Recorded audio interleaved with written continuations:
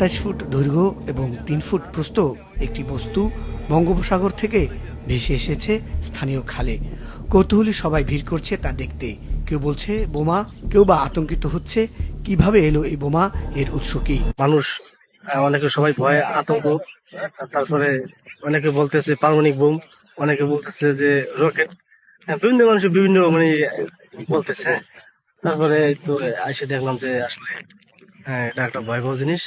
আমরা সবাই আতঙ্কিত ছিলাম। আমরা এটা জীবনে দেখি নাই, জীবনের ফার্স্টে প্রথম দেখলাম যে আমাদের এই জাহাজ মারা সমুদ্র সৈকতে এটা আটকে ছিল। আমাদের কিছু জেলে ভাই এটা নিয়ে আসছে, ভয়ের ভিতরে ছিল।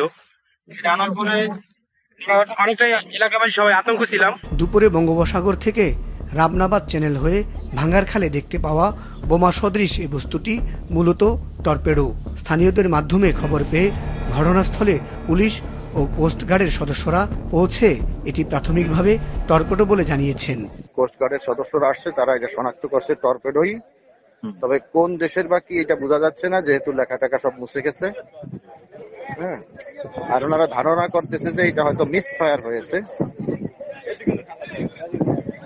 এই এখন তো কোস্টগার্ড আসছে, তারাই দেখবে, যেহেতু এটা নৌবাহিনীর কাজে, নৌবাহিনীতে ব্যবহৃত হয়। বঙ্গোপসাগর থেকে পটুয়াখালীর রাঙ্গাবালী উপজেলার মৌরুবি ইউনিয়নের মিরকান্দা গ্রামের ভাঙ্গার খালে এই টর্পেডোটি ভেসে আসে।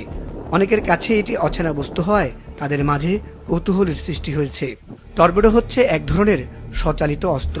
এটি জলের নিচে বা উপরে বিস্ফোরক ওয়ারহেড বহন করে এবং লক্ষ্যবস্তুর কাছাকাছি আসার পর বিস্ফোরিত হতে পারে। এটি মূলত জলের নিচে চালিত হয় এবং জলের নিচে বা উপরে উভয় স্থান হতে নিক্ষেপ করা যেতে পারে। অতীতে একে অটোমোবাইল বা ফিশ টর্পেডো বলা হতো। এটি ফিশ বা মাছ নামেও কথিত ছিল। টর্পেডো নামটি মূলত বিভিন্ন ধরনের যন্ত্রের জন্য প্রযোজ্য ছিল, যার অধিকাংশই বর্তমানে মাইন নামে পরিচিত। 1900 সালের কাছাকাছি থেকে টর্পেডো নামটি শুধুমাত্র জলের নিচের স্বচালিত অস্ত্রের জন্য ব্যবহার করা হয়। মুজাহিদ সাকিব, মাছরাঙ্গা নিউজ ডেস্ক।